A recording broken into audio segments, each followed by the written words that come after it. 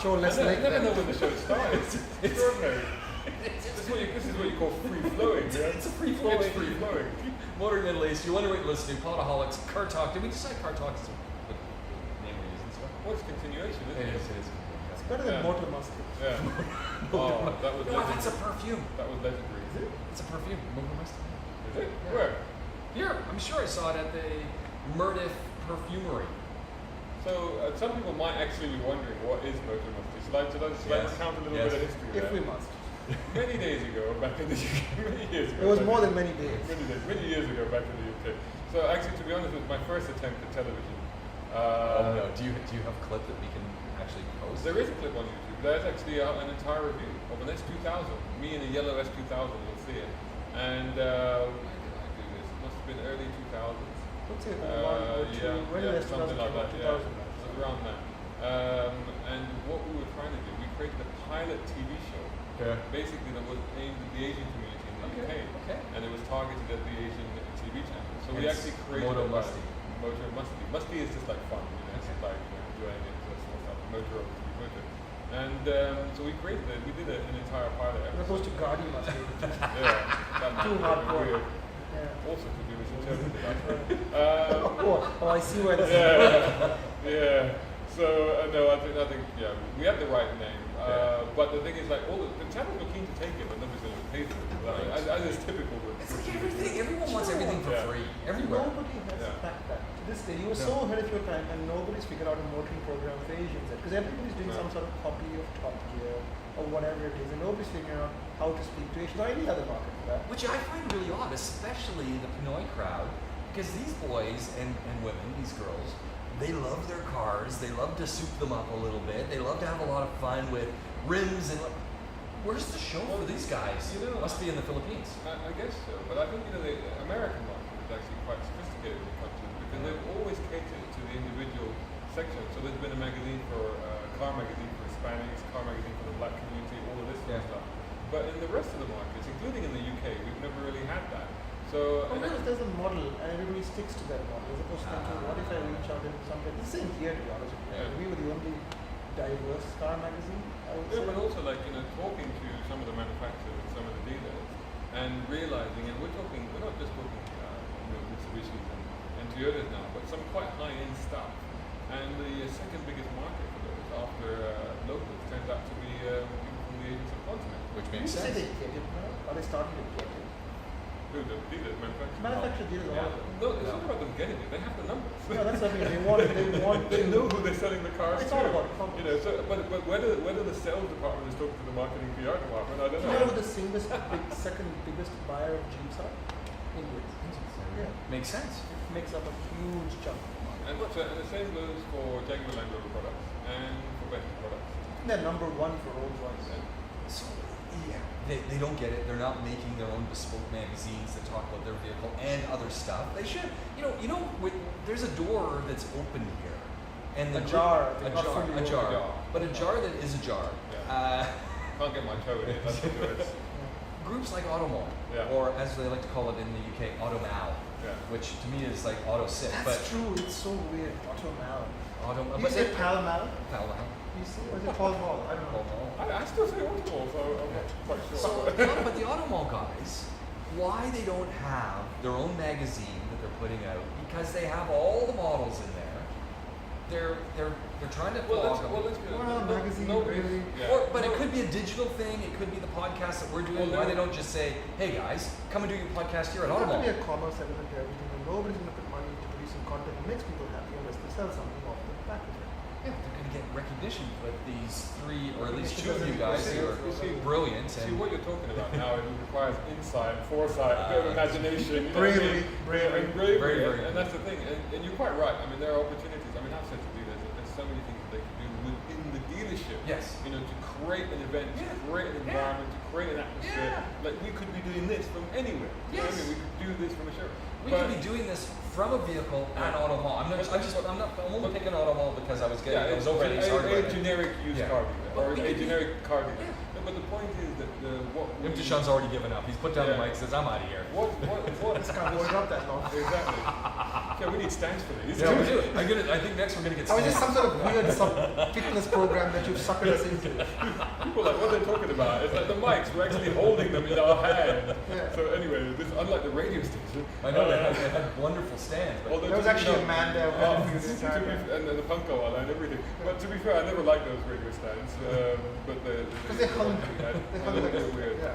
But anyway, going back to what I was saying, is that there is a tradition of playing it safely. You know, they always go for the most obvious, for something that's been done before. It's very rare that somebody will put their neck out and try something. We've done a few things with manufacturers. They've been a bit different, a bit unusual, and it's always worked. I believe it's always worked and it's always been good. Just because you stand out. Just because you stand out from the crowd, the moment you do something different. If you do yet another event where everybody goes and takes selfies at it, etc., that's become the new norm, hasn't it? Is it working? We got a whole bunch to talk about, but I wanna get your take on the automotive influencers because it's. Well, that's the whole hour taken care of. That's it. Yeah. That's the rest of the day. Yeah. We'll keep going after the mics. What's happened? In terms of what? Well, we went from an era not so long ago, so between now 18 years, Yeah. when in 2000 we seemed to have pretty significant automotive journalism happening with Yeah. magazines, articles in tabloids, articles in broadsheets. It was a very vibrant, a very alive time for the automotive journalists. Yeah. Fast forward to 2018, the automotive journalists, there's very few of you left. Let's be honest. Yeah. No, you're absolutely I right. can count you guys on one hand. I can as well. I go to events and I'm quite alarmed with this. I go to media events and press events and The international media's launches. not there. What we have is influencers. We have influence. And some of those You influencers want to don't explain what influencers are for the one person who doesn't know yet? Well, the influencers are basically those that have not come from a People listening to this journalistic. podcast. Yeah, the people that have not come from a journalistic background, not journalistic training, but journalistic environment, but basically have started off by themselves, either through Instagram or YouTube, etc. Actually, that's and fair, have though, gained because you a don't really following. come from a journalistic background as well, do you? Just like you. Oh, I've only been. Well, not the university sort of. What the heck have I been doing for 30 years? But you worked your way up to the ranks. It's a different Yeah. trying to make it. You didn't come through an academic background. You came through the actual experience background, which is but working as a print journalist. Yeah, but this is the thing. I've done everything. Yeah. You know, I've done everything. I've been in print media. I've seen them But pasting up you were newspapers. trained on the job, as you often want to say. I've been trained on the job, exactly. School of But You've been Jobs. trained at all, whereas a lot of people have. You know, that people who haven't been trained. They just picked up their cameras and went, "Well, I know everything now." Yeah, Because exactly. I've watched 15 Well, it's a videos. don't forget, for us, when we're specialist journalists, as we are, and specialist journalists, and by that I mean automotive journalists, it's even more different because you require the twin abilities of understanding media, understanding how media works, in my case, print, digital, online, broadcast, television, all of it. And on the other side, you need to be an automotive expert as well. You know, you need to know what you're talking about when it comes to cars and the car industry. A lot of times the influencers that we see today have a nice following on Instagram or a nice Twitter following, or they've got a YouTube channel and they have people watching it, and they obviously, as the word says, through their commentary, through their liking of something or disliking of something, they can influence the taste of others or presumably the buying. It's a celebrity. Yeah, but Celebrity this endorsement. is the concept of trying to understand or grappling with the term influencer. I mean, does it actually mean to influence? So do you is think it it just works? a catch-all title? Do you think it works?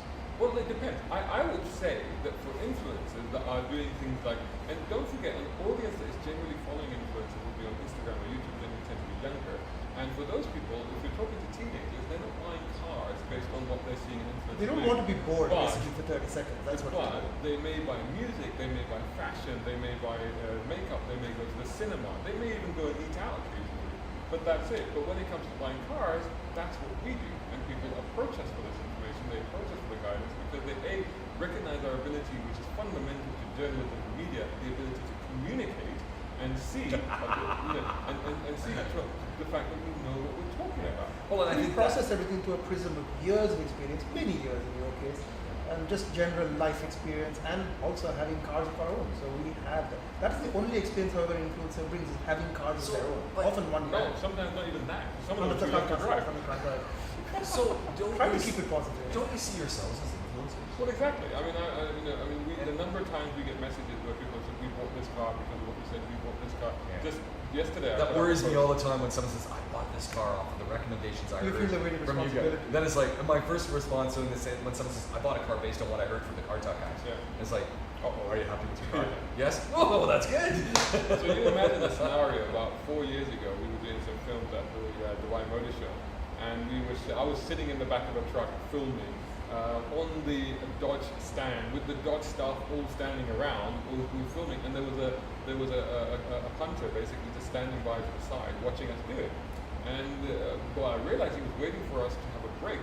The moment they cut and we had the break, I was still sitting in the back of the truck, and he ran over to me and he shook my hand and said, I just wanted to meet you and stuff. He said, I bought this Chrysler 300C, and pointed to the car that was on the stand. I bought this car because of your review. And the Dodge people are all standing there. So for a moment I had that, I was like, what's he gonna say? And he was like, Shazad, I love it, you were right, so full endorsement there. But that's like one of so many instances like that. So many instances. I think the bigger question is what has happened to the critic?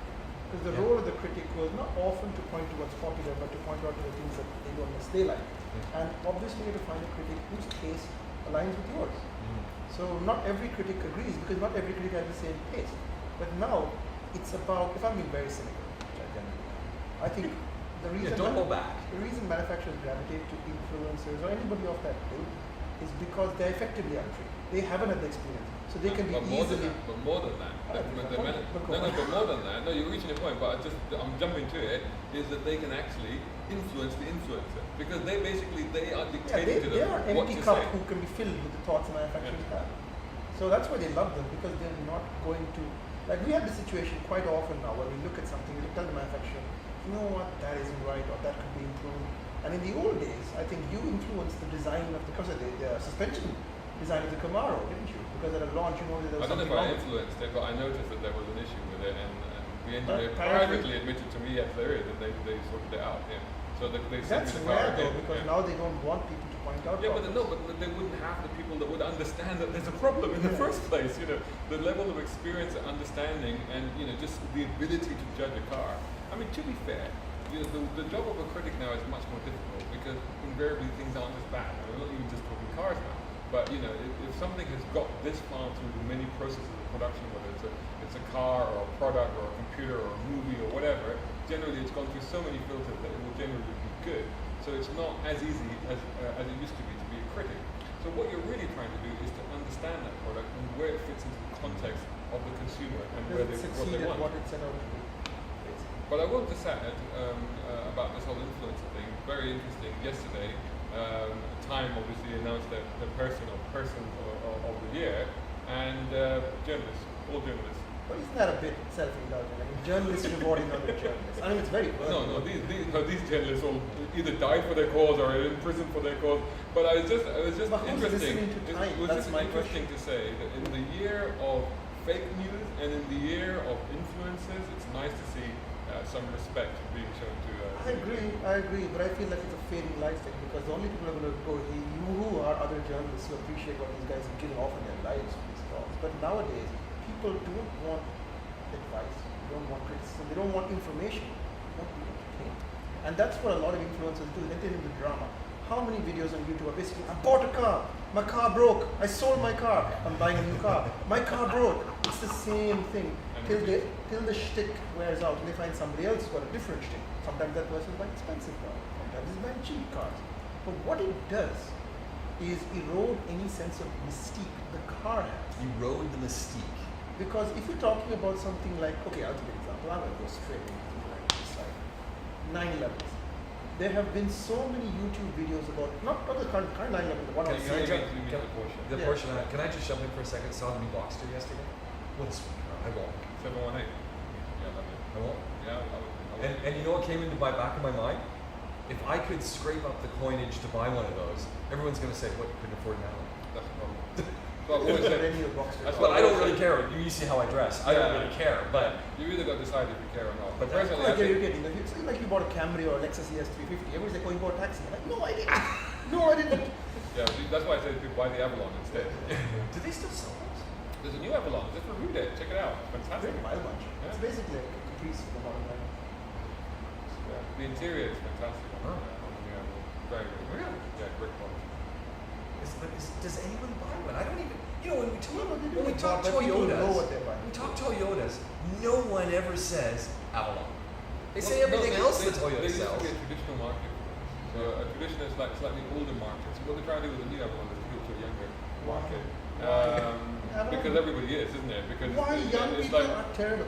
Okay, I will finish my earlier people points. Yeah, finish your Porsche thing. You were going on about Porsche. My point is, very simply, there is nothing more exciting about Porsches. Old Porsches, new Porsches are lovely cars, well built, perfect, faster than supercars. But old Porsches, which are quite cool things, have been so mined of information, history, every factoid down to the freaking bolt sizes. That any old Porsche has been fetishized and bought and rebought and sold, and now there's nothing interesting about a Porsche. There's nothing you're going to find out about. There's nothing you will discover when you buy the car. That's Because there's a video on every aspect of every old Porsche. Now that people are modifying them, now they've got crazy modified ones like Singers or Gunter Works or whatever. Same problem. These cars have no mystique. There's nothing for you to discover. It's like a relationship. That's it. It's kind of sad. Really? That you feel that way. What? That you feel that way.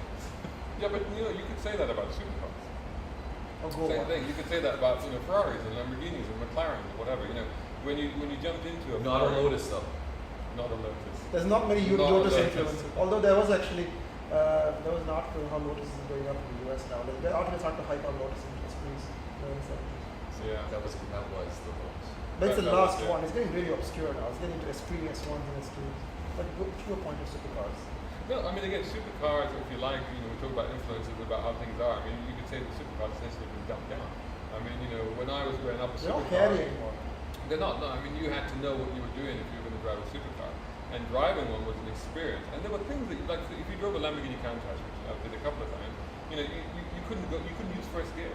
You'd have to wait until it warmed up. Yeah. So you'd have to know that you can't do that.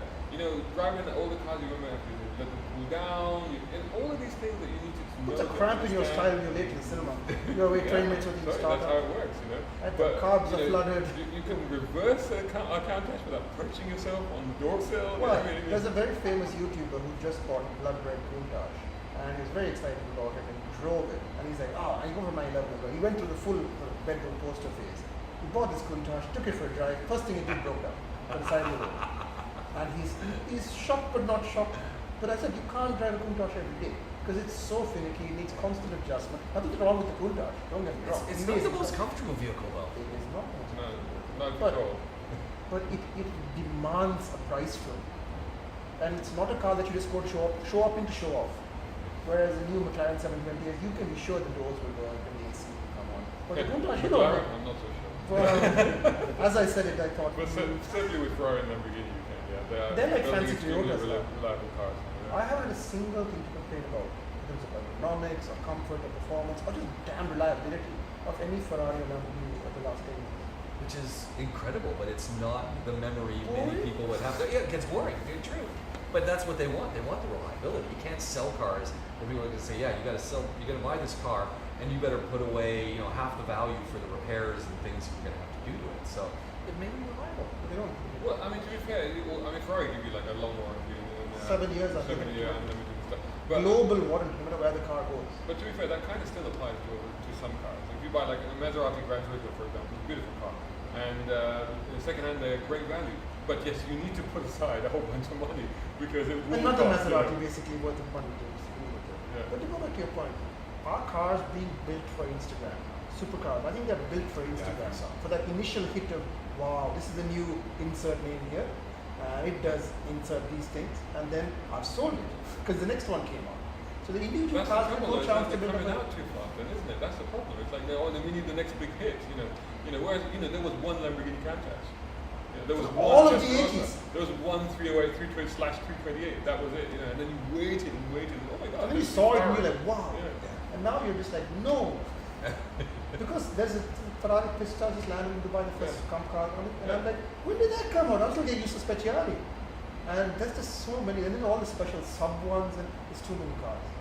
And it requires a nerd to keep up with these things. But that's what the manufacturers want, people who are just too busy trying to keep up. The people like us who can put it into context, they don't want us. They don't want us to come out and say what people might think. They don't want us to influence. Very sad. That being said, a new Jag that Shazad got to drive. Jack? What Jack? The e-tron. Audi. Oh, That's Audi. not Yeah, a channel. God, you had me worried there for a minute. I was like, Audi. my God, I must be Audi. losing it. I can't Audi. remember what cars I'm driving. And, anymore. and you got a 6 right now, right? I've got, oh yeah, well, let's give it that way. That's alright, this will go on there a bit later on. Yeah, I haven't done my guess the car thing. Hashtag guess the car, go check it out. So we'll forget that. No, it's fine. It's an Audi A6. I literally just picked it up now. It's a new one. It's brand spanking new car. This car. But the car was on the international launch. It was quite cool for the UAE actually, because this was the global international launch. They've been running it for 3 weeks. There's still another week to go. Press from all over the world are coming to this. They've still got the Chinese, Russians rotation still to go. Still going on in Abu Dhabi. So if you've been seeing a load of electric cars, electric Audis running around Abu Dhabi, that's what's been going on. Cost of thousands, an entire setup there at Mazda City. They've installed chargers and all of this stuff has gone on. And we did an extraordinary route where we started off in a hotel in Abu Dhabi. We were bus to Mazda City. We did a tour of Mazda City. Then we drove up to Jebel Afid. We drove up and down Jebel Afid. Then we went to Al Ain Zoo and we had a Jebel tour Afid there. kind of car? I didn't think so. Not really, no. But what they wanted to demonstrate there was the regen facility. So in electric cars, you have a regen, which is basically, when you're slowing down, when you're braking, yeah, so you can basically recharge the battery, so you can recoup the mileage that you've lost.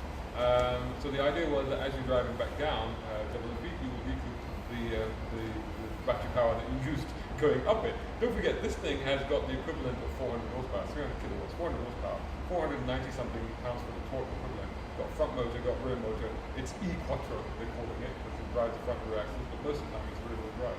It's basically an SUV. So if you think about the Audi Q range, It's big. yeah. So if you think about the Audi Q range, if you think of the Q5 and the Q7, think of this as the Q6. It sort of fits into the middle there. But inside it's quite spacious. It's got quite a lot of it looks like a conventional Audi, except there's some interesting bits like the grille, which is mostly closed off apart from one segment, and it's got virtual mirrors, which are basically cameras. How do you like those? I didn't. I'm absolutely honest. No. Look at the millions of dollars they spent developing those mirrors, and one critic describes it like I like it. No. I mean, I will expound on that, and I will explain why. Millions of dollars. The reasoning behind the mirrors was very clever, because what they did is they reduced. I mean, the aerodynamic drag of this SUV is 0.27, which is extraordinary, and the 0.27 is because of the mirrors. With the conventional mirrors, which is how it will actually come, these are options, it's 0.28. In addition to that, what they worked out is the mirrors alone are worth 35 kilometers in range. Just from having those mirrors. That's an interesting thing now, that because of the electric power, and we go back to the story going to Oman, Imtishan did the trip there, what's everyone concerned about? How much range do I have? Am I going to make it to the next few No, we weeks? were very concerned. Yeah. And so now all the design aspects of these vehicles, as Audi has pointed out, the mirrors are going to save you 35K. Yeah. They're thinking about all of these things. Now the mirrors themselves, the problem with them is They look quite cool like Star Trek. They look very cool. They're an Instagram moment. Yeah. That's what we went back to earlier. They are the perfect Instagram moment. Are they actually? They are the yo, check out these mirrors. It's so futuristic, isn't it? They're that moment. But honestly, the problem that I have as an old school driver is that when I'm using mirrors, I'm using them for depth perception. So I'm trying to understand how far away cars are, which you can do with a conventional mirror. And also, I tend to do this thing which people listening won't be able to see.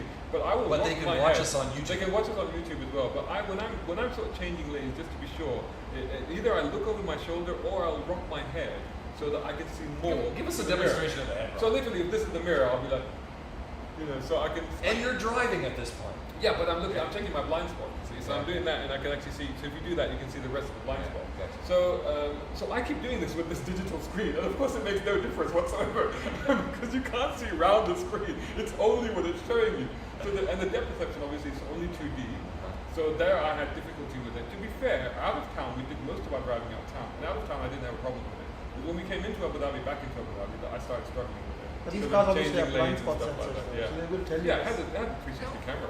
You said an interesting thing about the e-tron and the fact that Audi has purposely made this like pretty much every other Audi you're ever going to drive. Do you think that that's going to have an impact on people's love or dislike of it because it's an electric vehicle and they might be thinking, I expect a little more wow from this new type of vehicle? Well, I think what's happening now is we're sort of getting into phase 2 of electric vehicles. So phase 1. You think we're already there?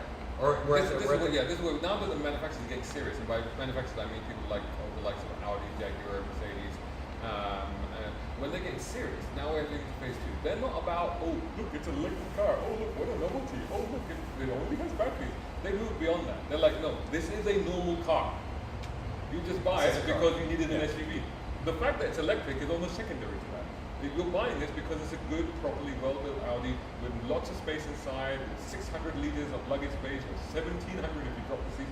Perfectly practical. Storage in the back, storage in the front under the bonnet, because of course there's no engine. So when you open it, you actually get a big box, and in the box it's just cables. Nice. Or you can take the cable out and use it for extra storage. So the idea behind this Audi, I felt, was to try and keep the experience as normal as possible. So there's no driver shock or culture shock from moving to an electric car. That's why it even doesn't do the one pedal driving thing that a lot of electric cars do, the high speed and bulk and stuff like that. That's kind of cool. It is kind of cool from you and me and people that look at this intellectually and think, oh, that's a new experience. But as I found when I drove the Bolt on a longish trip with Chevrolet, another journalist jumped into the car who wasn't an automotive journalist. I said to him, look, try the one pedal drive because it's quite interesting.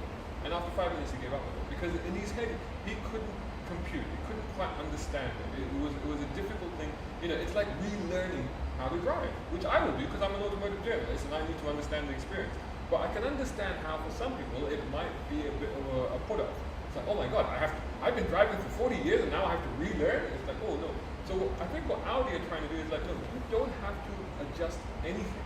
You just drive this like an the Audi. regen system into the brake pad, basically. Yeah, So it basically. regens all the time, and you're not So actually you- controlling the No, brakes no, at all. you still have a high, low, and mid regen. So you can actually still adjust that with the pedal. So if you're in town, you put it into low regen, so you get maximum energy back. If you're on the motorway, just put it to coast, so it won't do that. But so it's when not you lift one off- pedal though. The But it pedal won't- works no, like normal. No, you won't drive as one pedal. How does the pedal feel? The pedal feels like normal. That's what I said. It drives like a normal. Because everything's by wire now. Like it is just, it's all electronic. Yeah, pretty much. It's infinite adjustability, which is kind of annoying because nobody gets it right. So Right. this is why I Right. don't like driver mode in the car. It's Right. sport, eco. I don't think I've ever had a car with sport or an eco mode or no, I do have PCRB as an eco mode. It's terrible. But all the sport one, sport two, M sport, this, that, AMG, it's all very confusing because infinite adjustability. Do you think this is going to sell? Like, let's be honest here. I mean, it is an e-vehicle, so you know, you said 400 kilometers to a charge. Do you think people are going to buy it? Do you think that this might be a tipping point, that they've got a decent vehicle out there right now? People might be looking over in the other direction at Elon's products. Now they're going to go, hey, you know what? Well, I think trust that. I think the problem is that we've had so far, like I said, this is phase two because phase one is about being novelty or about making a statement. So you've had small electric cars, you've got i3, Chevy Bolt. You're making a statement. You have the Renault Zoe.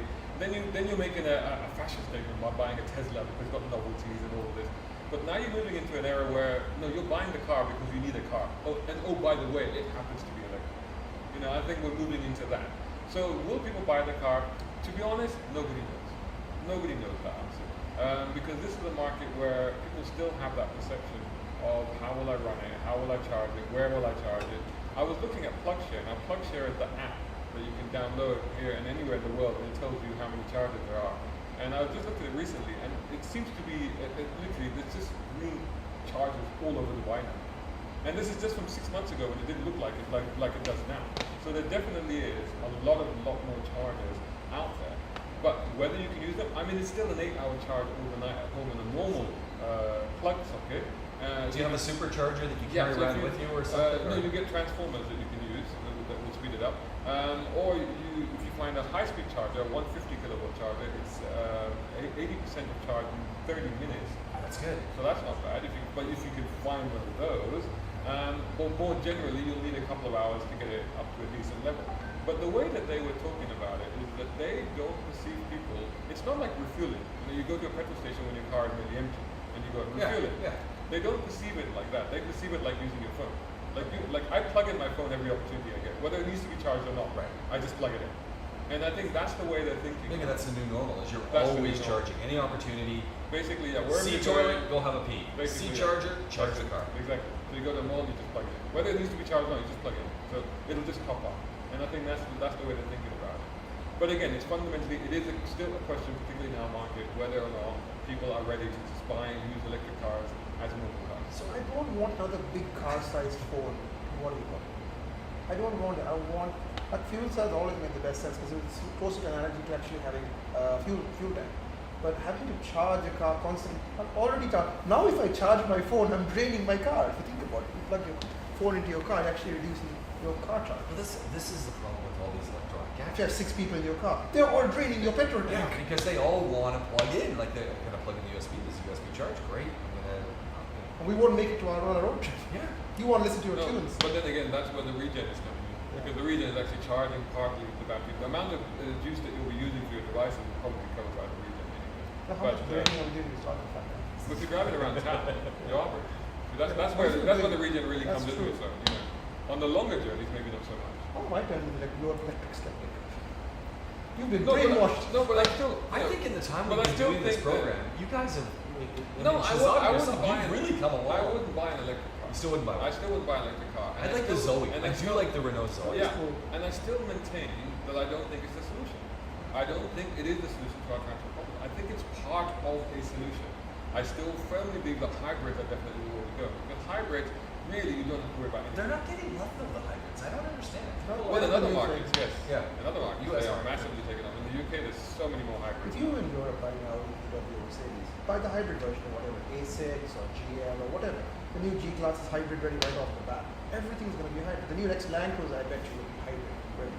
So if you're buying the car, buy the hybrid version. There's no compromise. So I think it's still a bit premature. Like I think you put in your notes earlier about Volkswagen saying that they're going to cut combustion engine. 2026? Yeah, That's it? I don't think that'll happen. They said that's the They the can- last round. 2026, hang on. They can. That's 8 years from now.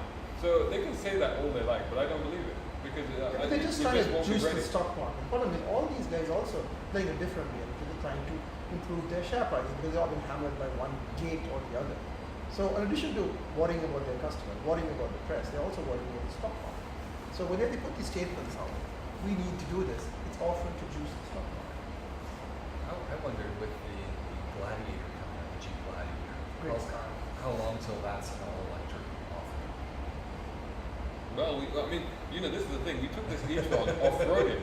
So Yeah. I did put out a post saying, this is the first electric off-roader. I mean, it's I not want like to a put the air full, quotes here for the you know, camera, the off-roading. off-roader. We did a little bit of, around Alain Zoo. We went around the back of Alain Zoo. So it was Alain kinda Zoo nice. is such a rugged I know. They're still Lots developing there. that bit. Actually, Alain Zoo is really It's a amazing. really good place. But it was putting a wheel in the air and that sort of stuff. So there was a little bit of that. I don't know. I mean, electric cars. You tell me. Do you think that would you go into the desert with range anxiety? Yeah, it's off-road. I'd be electric cars- terrified. I'd be terrified. Off-road electric cars don't make sense because the whole point of the unknown aspect of off-road is that you don't know what you need. And you can't find a charger in the middle of nowhere. You don't know what kind of power requirements you have. You don't know if you're going to get stuck and how much juice you're going to have to need to get out. Now, electric cars actually make sense off-road. There's instant torque. No waiting for the power at all. And technically, if you're going down a dune, you're regenerating a lot very quickly. But I have yet to be convinced that it will work because in the UAE actually it would work because the off-roading areas are so small that you're not that far from the charger. You wouldn't go into the charger. But if you were overlanding in Australia, there's no way it would work. If you're in the Simpson Desert, 2 days of driving, you're not going to run into a plug. You're not going to run into water. But the thing is, the sort of driving that you do, where you're like, big dude, right? I'm going to go up that dune. Surely you're going to deplete the charge really quickly if you start to keep doing that, right? You're not going to deplete the charge. I think it'll be fine because the car doesn't work so hard. The problem is the battery's going to get really hot. The batteries are going to get really hot and that's going to kill their long-term efficiency. So the answer is nobody knows. I'm curious to see what off-roading is like electric car, but it's going to make it easier. I think on one aspect it's going to make it easier. The second thing is that's going to make it more boring, just like 911. Because at the end of the day, you're not actually having to work the car that hard to get out the dunes. Half the thing is the challenge of getting something. It was not meant to go places it shouldn't. So your end vote with each one, your end observations at this point? I think it's a Tesla for them. You think so? Yeah. Because again, like Tesla have had it their own way. It means a Model X, to be fair. Yeah. Model S is the e-tron Yeah. GT. Yeah, so basically, I've always said, it's like when the manufacturers start to get serious about electric cars, then people like Tesla need to worry. And he needs to rethink that idea of that notion of buying all the GM plants. Because What money? With what money and how many? He's still struggling to build the number of cars that he said he would. So I think he's figuring they'll just give them to him. They'll say, you know what, we need to get yeah, we don't need these places anymore. You have them. You have Yeah, I don't know about that. You know, if you think about the people work GM, at Tesla sweatshop. I Yeah. don't know if they want to do that. you think if GM has already started to refocus its business plan towards autonomous electric cars, they're not going to give Tesla a leg up anymore. You know what I mean? But there's one point we made that the only cars people are interested in now are electric cars. The trouble is they tend to be toys for rich people who work in Silicon Valley or work in Hollywood. People who basically have very defined commutes. Just go to work and come back. And they don't really travel on the weekend. The whole point for them is having this lifestyle statement. But for the person who lives in Milwaukee or Wisconsin and needs to get to work in the middle of the freezing, can he depend on that electric car? And also, does he have $100,000 to buy the electric car to start with? Because I don't think the e-tron is going to be cheap. Teslas are not cheap either. So we need to be at the point where it makes a genuine difference to people. And that goes back again to the Volkswagen thing. I mean, the Volkswagen is a people's car. Yeah. They're what, number 2 or number 3 in the world right now? It's close to number 1, number 2. It's always changing. So there's something like that, and it's like, well, that's a huge amount of cars in the world. All of those people are not switching over to electric straight away. But why are manufacturers convinced that they will? That's the question I want. To be honest, they're playing the government game because all the governments have gone down that route of saying, oh, target 2030, target 2040, that's what's going to happen. And again, I think it's just. I want to see the research that is suggesting A lot of people wishful want to thinking. buy these electric cars.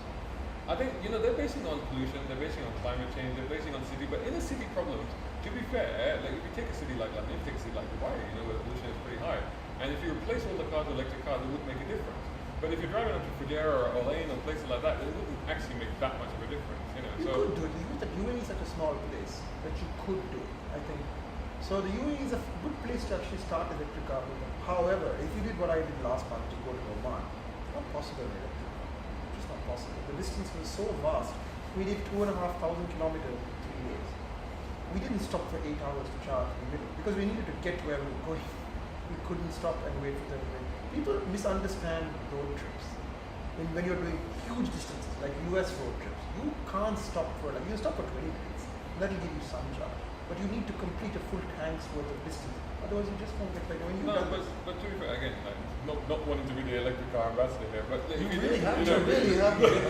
But if you're doing a long trip in somewhere like America or in the UK, I don't know about America, but certainly in the UK, I noticed that every service stop now has the charging points. But you don't stop for 30 minutes at service stop. You stop for like 5 minutes. No, but if you have a 450 kilometer range, you get 100 kilometers back, 150. Exactly. So you'd stop maybe a couple of times if you're going up to Scotland, for example, say from London. You would stop for a coffee or break, and if you're getting 80% recharge in 30 minutes, then theoretically if you have that high-speed charger. Yeah. But imagine the anxiety when you're stopping, you're looking at your watch, you know you've got another 6 hours to drive, and you've got to stop for an hour to get 80% It's charge. just elongating your journey. Yeah. Well, this is And it's going to cost you more because you stop and then you're getting drinks, It's and you're actually getting snacks. it's actually interesting. Why aren't you because rich? They've got a navigation system in the e-tron that actually factors in the charging times. So it actually tells you that you'll have to stop for 1 hour here and you'll have to stop for 1 hour here. It actually does that. So they used the example of, I think it was Munich to Berlin. What And do they said you do needed for that 2 1 hour? How much do you want to talk to your kids? How interesting are your friends? How many podcasts do you have? Like I did the long distance thing, and I did it because I was able to keep driving, stop, take breaks when I walk, but also vast distances. And the petrol stops were not that long, just long enough to stretch your legs and get on. But that's America. It's a very long, big country. I think Europe is probably better because you don't drive like that. You don't drive huge distances. You stop right away. You'll be other end of another country. So again, this is Who's it for? all the logic for a hybrid. This is why you want Yeah, I mean hybrids still work in every sense. A hybrid off-roader makes total sense, and Jeep now makes one. The Wrangler is a hybrid, where you talk system. And this fills in the gaps. What did you just speak back? You just had something picked up in front of your house. So from the Audi e-tron, which is the pinnacle of modern technology, the absolute zenith of our achievement as a species. The zenith of It's the future today. I feel like there should be some neons flashing across the sky now. and fireworks. That's it, yeah. A little laser show. That's it. Yeah, and you should just put your sunglasses on and drive off into the night while There we go. smoke plays. Which would be such a cool thing to do with the e-tron if the Humber had the bravery to do that. Now what you would want, you want sparks. Yeah. You remember like Automan? Yeah. Does anybody here listening to this or watching this remember Wait, you Automan? want electric blue And light? an electric blue Lamborghini Countach. I want that around my e-tron. That'd be so cool. That would use up a lot of power. That would kill its the range. options that you could do with an electric vehicle. Yeah. Just the disco lights you have in the desert. Yeah. Well, I mean, we've seen what Tesla do with the whole singing dancing routine that the car does, you know. So yeah. Like it often makes sense. I mean, they do.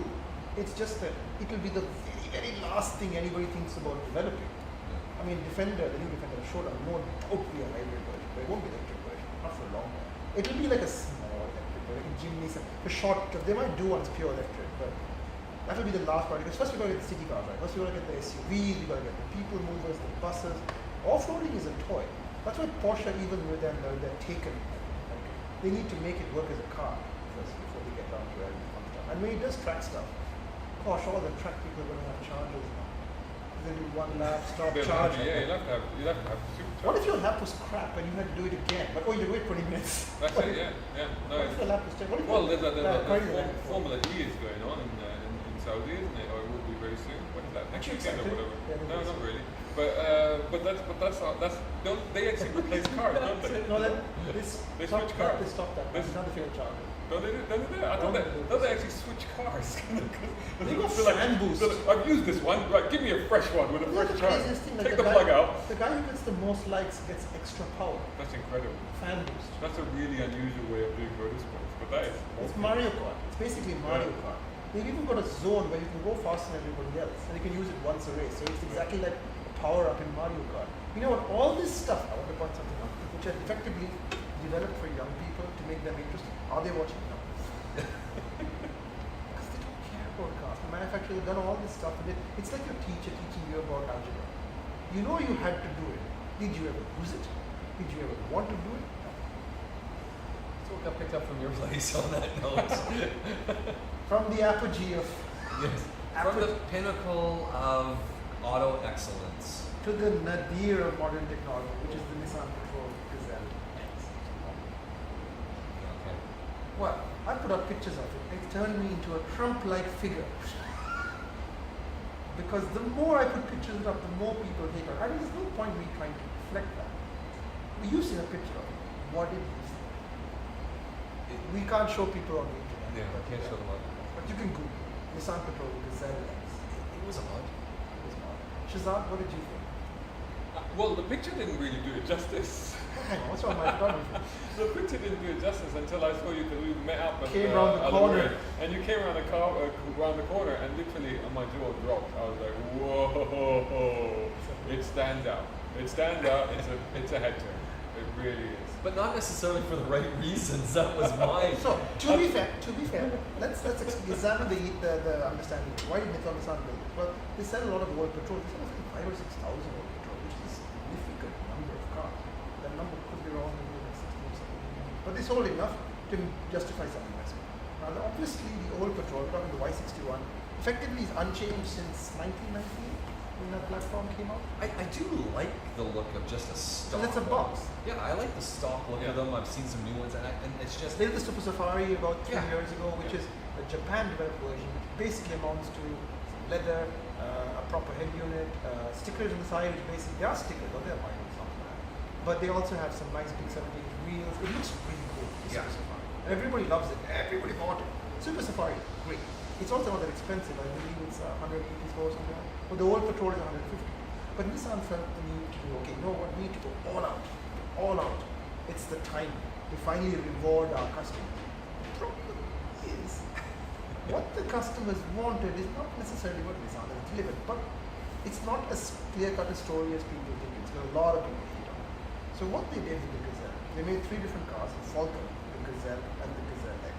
The Gazelle, it's called the Gazelle because they're calling by a very famous person, which I don't see here. But yes, they want to make something of a homage to that comic. Nissan is like the Gazelle. So they lifted it for the top one, which retails for 292,000 dirhams. It's a lot of money. There's a cheaper one called the regular Gazelle. The big Gazelle, let's focus on that one, has a 4-inch lift, 35-inch tires, a massive roof rack, stickers on the side, the axles have been regeared. So basically, it's kind of what I would have done if I was doing Patrol 35. That's exactly what I would have done. It's got drawers in the back to carry your stuff. It's got steel bumpers, and it's available in manual automatic, which I have to give Nissan credit because while I'm doing my soapboxing, Jeep cannot be bothered to importing more manual Wranglers, but Nissan is offering manuals at every step of the petrol range to get manuals. Credit to them for that. And they don't make a big deal out of it when the cars are a little bit cheaper, I think 5 to 7,000 dirhams cheaper. Same parts, they haven't skimped on the option. You still get the same car, which is again nice. So that is the Gazelle X. It is, however, a very challenging looking thing. But after a few days, I kind of like it. In the sense that, it's like, well, I don't mind it so much. It kind of doesn't look that bad to me. It is different. I got a lot of comments, not all of it complimentary. But some people loved it. Like I turned up at that GM event, one of the peers, like, oh, I love it, it's amazing. Where did you buy it? So there are people who like it. So it's a very Trump-like car. It's the Trump of patrols. I think you'll love it or hate it. Yeah, there's no I'm not bothered. And the Super Safari is just a good looking car, right? But this is based on the regular Safari, not the Super Safari. So there are some trivial. Oh, and it's got leather on the inside and all that. So if you could you buy one? there's a cheaper Gazelle for 224, which makes a lot more sense. But this car is like a real love it or hate proposition. For every good point, there are 4 or 5 bad points. So we need to get them out of the way because that's what people want. So it has no Bluetooth. It has no screen. It's got CD 2018. We're knocking on 2019's door. No Bluetooth? It doesn't have screen. And for a car that has a massive tire carrier on the back, steel netting, and frankly no rear visibility whatsoever, which has no parking sensors and no reverse camera. Nothing. So I have banged my gate It's quite a 2019. bit. And it's 2,000 dirhams. And I think there's legitimate criticism that Nissan can't really complain about. They should have put those things. When you know the galling part is, leaving all that out. Super Safari comes with that. Well, what's the logic for leaving all that out? Because they started with the base Safari, not the Super Safari. Super Safari comes with all of these things. And it's not that hard to put a headroom, honestly. Nissan has plenty of headroom. So that is the reason why Nissan can't take issue. They should have put those parts.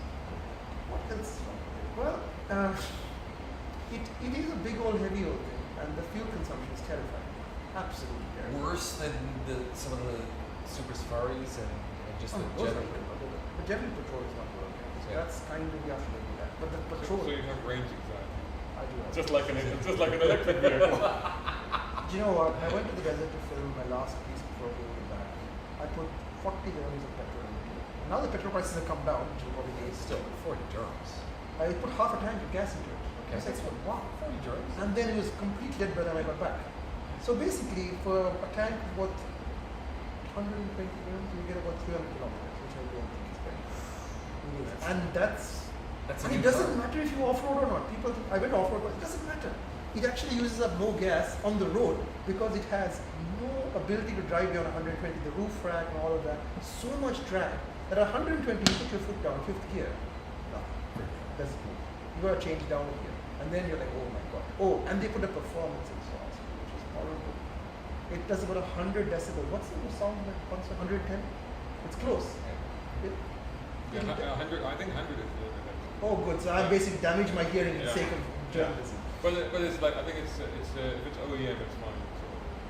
Maybe it's OEM. I mean, if it's fitted by the manufacturer, the dealer, it's okay. If you fit an aftermarket exhaust that's over 100 decibels, then yeah. Well, which one does this fall Getting a under? fine. No, well that's from the manufacturer. You're worrying From about the dealer. the fine part of it. Yeah, but then you got steel bumpers and you got everything else. So but again, is anyone going to buy this? Do you think they're going to buy this? It's for people who camp and overlap. It's a good distance car, despite the petrol. Because in the sub-tanks, you can fill that up as well. it's for camping. Not for Graham Norton. It's for Graham Norton. No, it's a very good camping car because you can carry. I carried firewood in it because I did go camping over the weekend, by which I meant I went there and I went back. But you can actually carry it. The advantages of patrol platform, huge car, carries a lot of weight, tows a lot of things. So it has natural advantages in a car. Unlike a Wrangler, which is a little smaller on the inside, a patrol is meant for carrying 5 people and their stuff. Anywhere, and it feels unbreakable. And it's actually, the ergonomics are terrible. Safety is somewhat questionable when you lift a car 4 inches. I don't think you can get around that. I mean, it is more prone to rollover. But the suspension tube is excellent. The tire noise is non-existent. And it works very well in the desert. And it's a nice manual in the sense that it is a manual. I don't think it's a nice manual. It's kind of notchy and the throws are like humongous. But it's like driving a tractor and it's fun because everyone wants to drive a Because I'm tractor. engaged with the process. Despite the fact that the first glance I was like, oh my god, what have I done? But after a couple of days I'm like, no, I get it. You're not in a hurry, because you won't because it's really slow. because they haven't done anything to the engine, so it's pretty much only 280 horsepower. But they re-geared it, so it feels okay. So like for everything that I hate about it, there's something that I kind of like about it, and it is fun to drive. So what does that put you in? Are you on the fence then on buying one of I'd these? buy a regular petrol and I'd do it my way. Actually, the Gazelle is good value. You know what you can't get from the aftermarket is custom tuning, and the suspension is tuned really well. Like you can hit speed bumps at 120 over the thing. In the desert, it just goes everywhere. It can't climb the biggest dunes because it doesn't have the power because it's too heavy. But it is quite nice to drive. So I'd get the regular Gazelle, not this one, which is unfortunately, like people are saying, how does it compare to the Raptor? It doesn't. The Raptor will eat it alive. A Wrangler Rubicon will eat it alive at speed. But that's not the point. The petrol sells to a kind of customer. Who isn't going to buy a Wrangler? Who isn't going to buy a Raptor? The trouble is the kind of customer who looked at the Gazelle was not in love with it. So that's another problem. So I think it'd be left with quite a few of these things hanging I around. hope not. The engineering is actually solid. The car itself has been built with care. By people who know what they're doing. It comes with built-in compressors. It's got everything you possibly want. It's even got spades and shovels, good quality recovery ropes. It doesn't have Bluetooth. It has all of that, and nobody said. But it has amazing light bars in the desert. It's just like you could see for miles. I mean, everything's been carefully considered, but nobody thought about. I need to talk to people. So I was walking around my earpods. So that's the only way I can actually use the car. But it has a certain charm, just like the regular petrol has charm. Who is it for? I don't know. Would I buy one? Proviso, maybe, but not for $290. That's a simple amount of money. That's so, what about you? What did you think? Yeah, I mean, I've just seen the photos. I think from that perspective, when you put it in that light, yeah, I mean, having the room. I've turned into the patrol Gazelle evangelist. But having the room to carry stuff, that is comfortable. Yeah. Unlike a Wrangler, there is Because no I struggle with the Wrangler. Put all the gear in it, and then you're putting stuff on the roof, and it's I a would struggle. lose the roof rack straight away. That kills it for me. Get rid of the roof rack. Probably just get the cheaper Gazelle. This one, but this one is fine for what the amount of stuff you can carry is insane. Because that's the important part. Yeah. I mean, the load space is huge. And unlike a Land Cruiser, it's got solid axles front and rear. So it is very, very capable of it. There's no way I can get stuff. That's how it goes. Okay, we've heard it from Oh, whilst listening to the podcast. Yes. We're listening to this You know, podcast. it's not that easy actually, guys. That I was trying to see how it would behave. The roof racks and flexibility. Actually, in the desert, it's pretty stable. So well done, the people who built it. And I think it's important that people build it, etc. And they could care. It's not like nobody cares. It's just that the aesthetic is a little challenging. So 10 minutes with a heat gun, 15 minutes with a screwdriver, and you probably get rid of the roof rack, get rid of the stickers. You have a car most people like. There we go. It's that simple. Yeah. A little aftermarket work, and you've sold this thing. I don't know why I feel compelled. I feel like it's a bit of an underdog. Everybody's giving it a kicking. I don't like that. So I do think I feel that I'm compelled to defend it. But it's actually not as bad as I first thought. But the price is indefensible. Some things are actually indefensible. Like Nissan could have benefited from asking some journalists what they would have thought about it. What do you think, Shazad? I don't really have an opinion on it, honestly. I mean, yeah, it's just. You wouldn't buy one. I wouldn't. No. No. But I'm not a big off-roader anyway, so I wouldn't buy anything like that. You have to be a control big offer. Oh, another thing. I don't have to go to the malls. Because the one time I went What do you mean it won't go into the malls? It's very cool. We were Yeah, just spot her. we were going into Festival City Mall, and literally I was behind him, and I had to phone him up and say, yeah, you can make it, yeah. which I couldn't take on my hands-free Bluetooth system because it wasn't there. Oh. It's like fail. I mean, like, It's almost like you needed to have a ruler and get out and Yeah. just see the distance between the top of the vehicle Yeah. and the barrier. It's like, whoa. You know, remember the computer safe area where in the hotel that used to have all the dragons on it? I don't know if you ever read that corner. So Wi-Fi zone, but formerly Dragon Yeah. Center. Dragon. Yeah. And there is a mall across the road from it. Used to have a galloper with a roof rack. And I remember going in there, the roof rack hit everything. Oh my god. Just scraped the pipes. Yeah. It's like, oh. I suspect that this had people that had been around to the mall and just measured Yeah, it because it was literally like, there was Just- like an inch in it. That was it. It was barely an inch in it. So it was like, yeah, it was spot on. But it has its plus points. There's folks who do love that. And there's people who I'm seeing a lot of roof racks these days, add-ons, people want to go Why do camping. you want a roof rack? So you can put your gear on the roof. Why don't you have a car big enough to put your stuff inside it? That's the thing. That's why the Patrol you don't need to because you've got tons of space. Even with the deck system in the back, you had so much space to carry. So the roof rack is for people who imagine they're going in Africa off to the savannah, and they're born free basically. They're just wandering around looking for lions. There we go. It's that simple. I think we're going to wrap up the show for this week. We're going to do it all again very soon. What's coming up? What do you guys got lined up? Anything?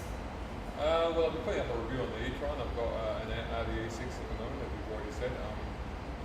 Might be getting hold of a Touareg soon, but I know he's having a bunch now, I think. So, yeah, that's what we should do. Stay tuned. I went to Seoul DXB, which is a podcast myself, and I also drove while I was there the Cadillac XT4, which is another youth-oriented car. Okay, we'll talk about all that next week. There we go. It's a lot of fun. Podaholiks is what you're listening to. Car Talk with Motoring Middle East. It's good to shine.